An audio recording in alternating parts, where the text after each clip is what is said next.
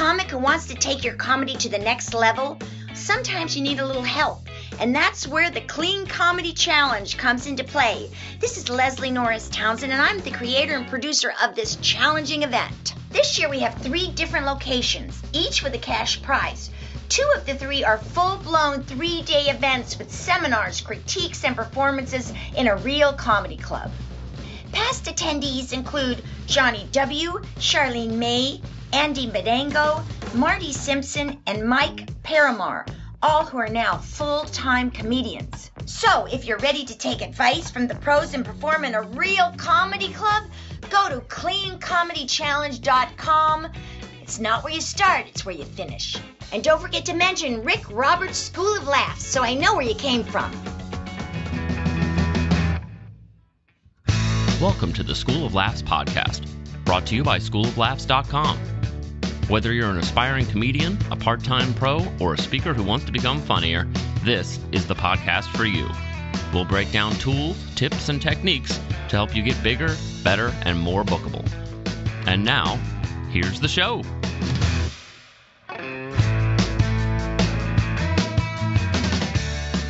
Welcome to the show. Rick Roberts here, and we've got a fun, kind of quick episode today where I answer some frequently asked questions from some students that were taking one of my recent classes. We passed the old microphone around. They asked a few questions, and I told them I would get the answers to them on a future podcast, and the future is now. Hey, I do want to thank the Clean Comedy Challenge for sponsoring the podcast. If you want to get involved with that, check out cleancomedychallenge.com. From all accounts, it's a well-run event, and you get your money's worth as far as feedback and stage time. So take advantage of that. You can find out more details at cleancomedychallenge.com or on the show notes for this episode at schooloflaughs.com. Also, thanks to Sean Sellers, who's my Patreon supporter of this episode. If you are a Patreon supporter at $7 a month or more, you can look forward to our next Club 52 Hangout. That's our video conference call. That'll be happening on Sunday, March 4th at 2 p.m. Central Standard Time. So again, that's Sunday, March 4th, the very next Sunday after this episode releases.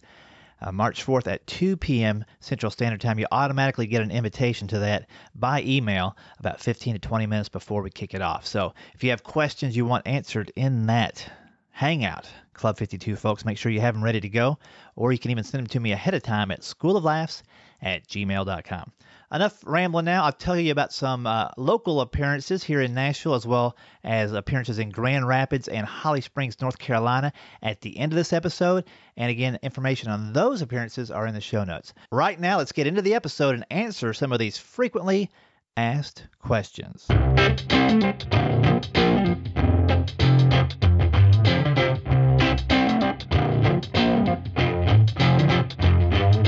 So my name is Matt, and the question I have is, whenever you finally get good at writing, how do you find your comedic voice, and how do you find the cadence at which you want to perform? Matt, that's a great question. Kind of 2 questions in there. One, how do you find your comedic voice? And part 2, how do you describe what cadence or determine what cadence you want to deliver your material with? Let's go with part 1 first. How do you discover your comedic voice? What does that feel like? When does that happen? It happens at different points for everybody. Like most comedy conundrums, they're all on different schedules for different people. Finding your own comedic voice, for me, I'll just give you what I know. It took me many years, because I think when you first start comedy, you try on different hats. You somewhat, whether you realize it or not, are impersonating comedians you've listened to before, and you're kind of emulating their style, because that's your template, that's your tricycle, if you will, for kind of getting moving in the comedy direction. You don't want to stay on that tricycle for very long, but having that tricycle, that template, gives you some kind of, I guess, comfort on stage and some kind of recognizability as far as what comedy is like. For me, those things, boy, I varied. I tried a lot of different things out when I first started, from Andrew Dice Clay to, I guess I was a little bit of Steve Martin was the guy that I wanted to be like, and found out pretty quickly that he's a very unique guy, and it's pretty hard to pull that off. There weren't too many other comics that I followed at the time. You know, a lot of guys now will do a David Tell or a Mitch Hedberg kind of thing when they first start. Kevin Hart, I see a lot of people stepping into that pace, Chris Rock. But those are those guys personas, and that's their point of view, and that's their cadence, if you will, which is part of our question as well. So it takes a little while to figure it out. How do you figure it out? It's just up again, get on stage, record, listen back. Get on stage, record, listen back. You'll start to notice your better shows have a few things in common, and that might be your pacing. It might be your articulation. It might be that you're dialed in that day. If the only times you have great shows are when everybody has great shows, you're just stepping into an environment that's extremely friendly. And that's another thing that kind of threw me off early on. I would occasionally get a set at the full-time comedy club in Columbus where I started at the Funny Bone, and it would go great. But you know what? All the sets there went great because it was a killer room and it was really hard to mess it up. You take some of that same material and go to a one-nighter somewhere in the middle of the country or down the road at a bar or tavern, and you don't get any laughs. Well, it doesn't mean that material's horrible, but it means that you need to connect with your audience in a way that you can turn any night into a great night, into a great show. When you start doing that, I think you can look at your material, listen back, and start to discover where your point of view is. The tricky thing with all this is your joke writing skills will develop over time, so you don't have that full steam ahead when you first start. You're just kind of trying to figure it out. And so trying to figure out a joke, how to write it, how to perform it, as well as your point of view, that's a lot for a beginning comic. And that's why it can take, you always hear that term, 7 years of going at it hard and full time before you kind of stumble into your comedic voice. My comedic voice now is way different than it was at the beginning, even 5 years ago. It changes as I grow older and grow more experienced in life, I guess you could say. You have a wider perspective on how everybody feels about things, and you can step into a singular perspective on how you feel about it, where you fit in these things. Best thing you can always do is put yourself in every joke.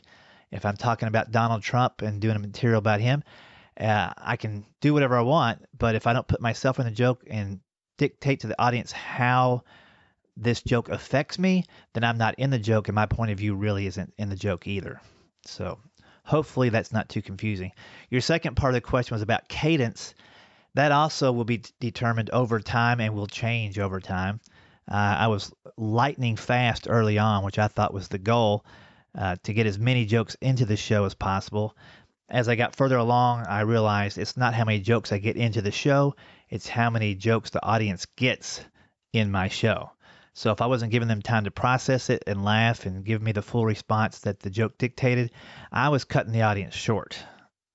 So early on, I didn't care. I just wanted to get quick laugh, quick laugh, quick laugh, quick laugh. Now it's more about crystal clear setup, crystal clear punchline with a good strong misdirection, and then enjoy the laughter before hitting it with the taglines. Your style, your comedic voice, your cadence, that will all change over time. I guess the key for your cadence right now is to make sure that it's quick enough that the audience isn't bored, but not so fast that they can't understand and process what you're saying. Hey, thanks, Matt. That was a great question, and I'm sure other people were wondering the same thing. Let's take another question. My name is Terrence, and I'd like to know, how do you describe the feeling when you hit your stride, when you first fell into your groove as a comedian and you were sure that you have arrived where you want to be? Terrence, that's a great question. How do you describe the feeling when you found out where you're supposed to be in comedy, you feel like you've arrived and you hit your stride? Well, I'll be honest. There's been 30 different points where I felt like I've arrived and I've hit my stride. And then a year later, I'm like, oh, well, I arrived there, but that's not my final destination. So here we go again. Let's start up the old comedy caravan and start rolling it towards my next goal. And that's true. It may not be true for every comic listening. It may not be true for you. So first response, I guess, to your question would be, the feeling is temporary. It's satisfying. You feel like you've accomplished something. You've reached a certain set of goals. So you do feel relief about that. But you also feel, okay, I've gotten to this point. Now I've got to kick it into the next level. For example, you might be a zero response open micer at first. You get up there, you tell jokes, zero response from the audience, which I guess is better than a negative response, but not much better. Then you get to the point where, hey, I'm doing pretty good at every open mic. You might feel, hey, I've arrived. I've got the feeling and the flow down of a stand-up comedian. And then you have a few more open mics and it goes bad again. And so you're not consistent. Then you might finally get it to where you're crushing at every open mic Every little showcase you do seems to be going well, and you get an opportunity to do MC work where you're thrown in the fire in front of a full crowd for 15 minutes. And where you start there and where you end there could take 4 to 5 years of development from where you first got your first MC gig and you feel, hey, I did pretty good at that. 4 or 5 years later, when you're moving maybe out of emceeing and towards feature work, you're like, oh man, I thought I knew what I was doing back then in the day. But you develop over time. So each little step where you feel like you've arrived, it really is a step. Think of a staircase. Think of those rocky staircases in Philly where he goes up in his sweatsuit and jogs all the way to the top of that thing. Each step, hey, that's success, that's moving forward, but there's another step to take, and another step, and another step.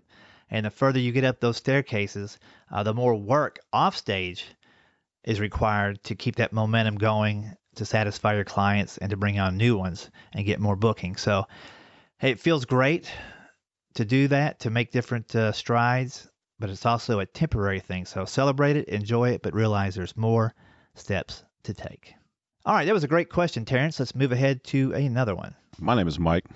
As you progress through your career and you get more and more popular and you get busier, when do you get to the point where you decide that you need help from an agent? How do you know when you need help from an agent?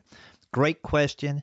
A question that everybody hopes they need an answer to at some point. And again, it's going to vary. There are different types of agents. There are agencies. So let me kind of break that down real quick.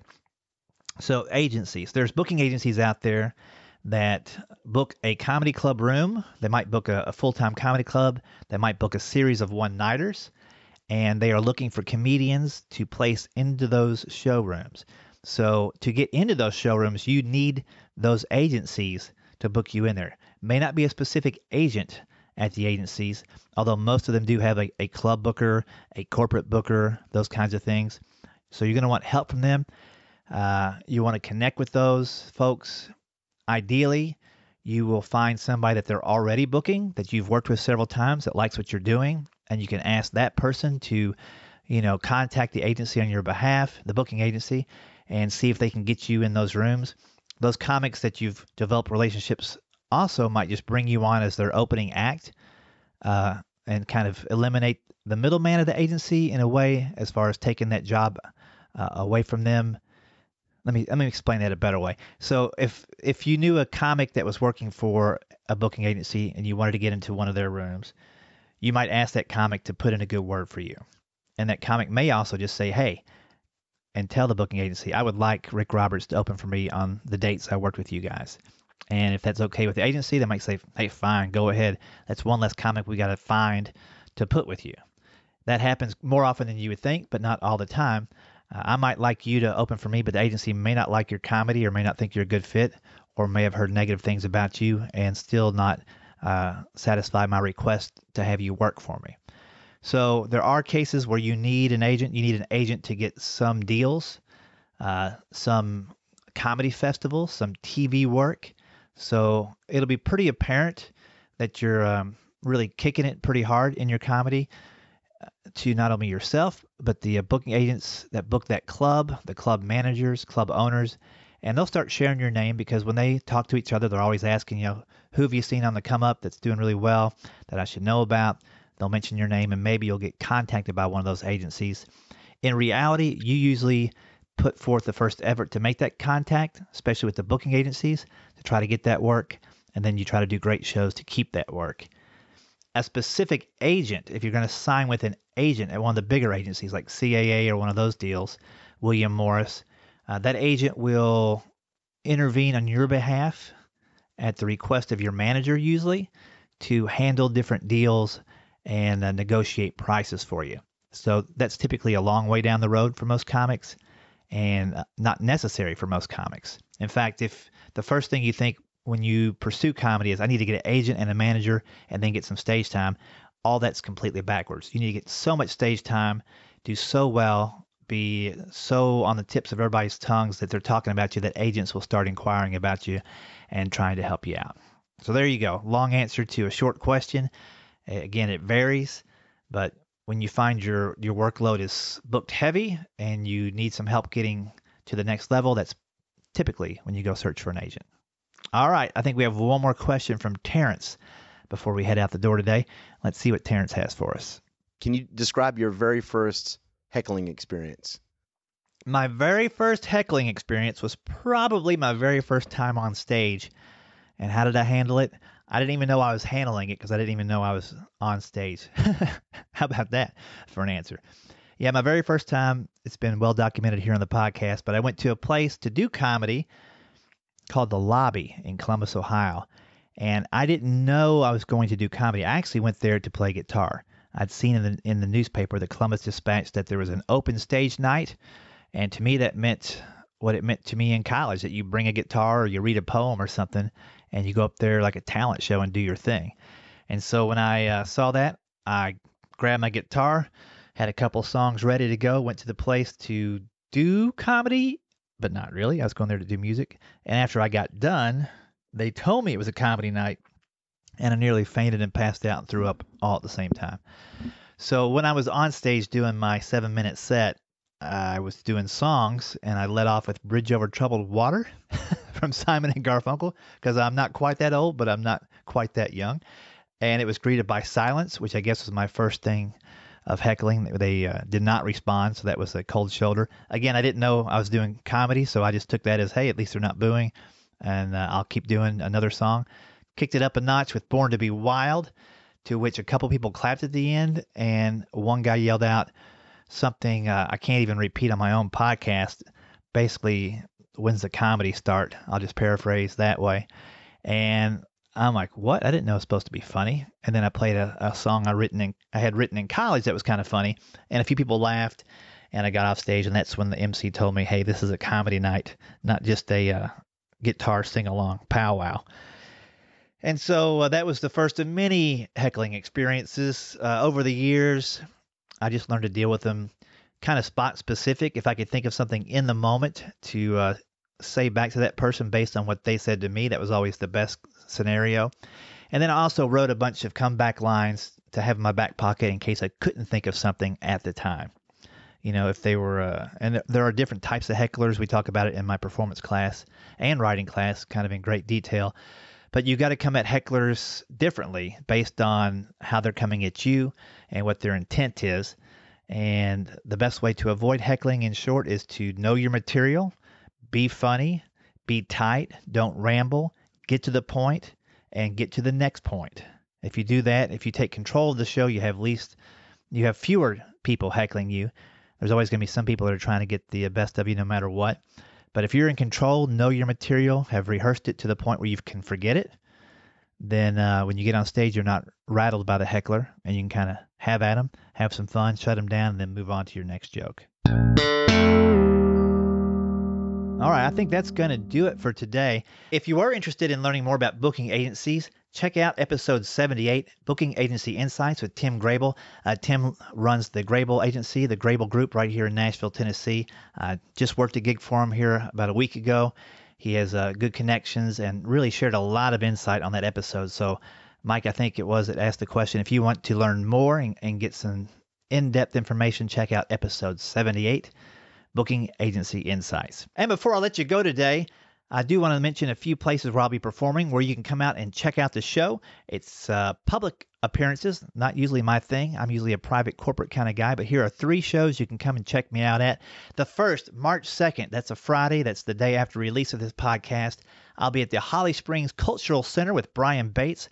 You can call for tickets 919-567-4000. We have a 7 o'clock and a 9 o'clock show. Show will be clean.